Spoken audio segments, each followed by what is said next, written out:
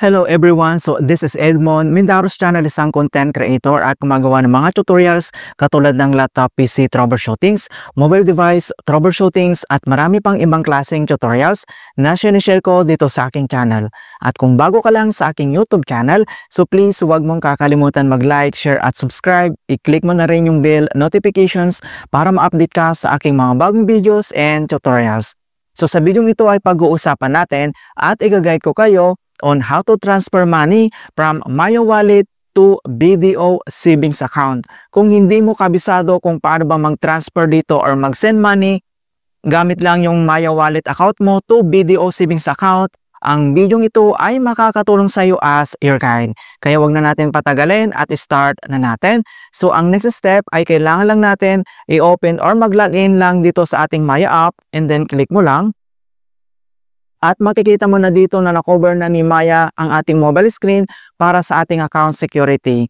Okay, so since activated na yung ating biometric dito, so yun yung gagamitin natin. So confirm using your fingerprint. Itap mo lang dito sa mobile screen ang fingerprint mo na registered para ma-open kaagad natin yung ating Maya account. Ayan. So, ganun lang po siya kabilis talaga kapag ginamit natin yung biometric. So, dito naman ay pwede mong gamitin din dito yung wallet balance or yung savings account mo. Kapag gusto mong gamitin yung savings account, dito lang sa katabi ng wallet, itap mo lang dito yung savings. And then, makikita mo naman kaagad dito yung laman ng savings account mo. And then, kapag gusto mong gamitin yung wallet, i-select mo lang. So, since wallet yung gagamitin natin, and then dapat may sufficient na laman yung wallet mo para magamit natin sa pag-transfer. And then, next step, dito lang sa baba ay kailangan mo lang itap dito yung bank transfer. And dito na tayo sa bank transfer. And then kailangan mo lang hanapin dito yung BDO. Ayan. So makikita mo dito mga kaibigan na mayroon ditong BDO Network Bank and then BDO Unibank. Okay. So ang next step ay kailangan mo lang iselect dito yung BDO Unibank Incorporated and then itap mo lang. Then next step, dito na tayo sa BDO Unibank Incorporated.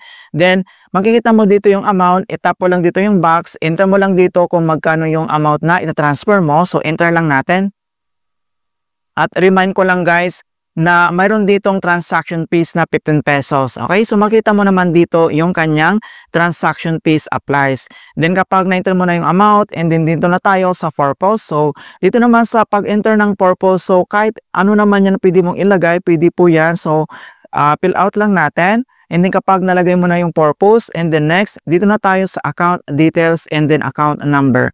So dito tayo sa account number, enter mo lang dito yung complete na BDO savings account number mo. So dito lang sa box and then fill out lang natin. Kapag na-enter mo na dito yung BDO savings account number mo and then next, dito na tayo sa account name. So i-click mo lang dito yung box and then enter mo lang dito yung complete na BDO na account name mo and then fill out lang natin.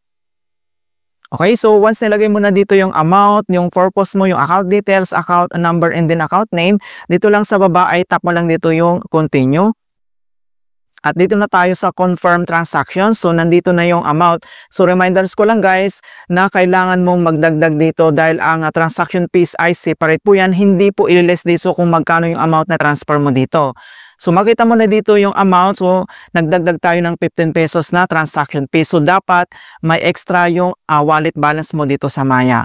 And then next makita mo naman dito yung my wallet details and then yung BDO na details mo and then amount, yung transaction fee kapag okay na. And dito lang sa baba ay itap mo lang dito yung transfer now.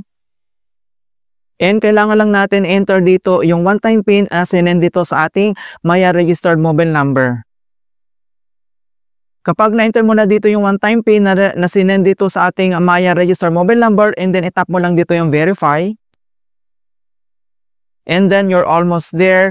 And then we're now processing this bank transfer to bank account ending this account number and then click mo lang dito yung due receipt. Ayan, so makita mo na dito yung complete details and then processing na po siya and then kailangan lang natin hintayin na ma-transfer doon lang sa ating BDO savings account. And then, naka-receive na tayo dito ng notifications ni Maya and then i-check lang natin. Alright, so makita mo na dito na money transferred success. You transfer this amount to BDO Unibank Incorporated yung ating BDO savings account. Ayan, and then kailangan mo lang i-check na doon sa BDO savings account mo talaga. I-double check mo lang doon. Alright, so ganun lang po kasimple mga kaibigan kung paano tayo mag-transfer from Maya Wallet to BDO savings account. In hope na nakapagbigay ako ng konting kalaman at guide tungkol sa Maya tutorials. Thank you guys and see you in my next tutorials.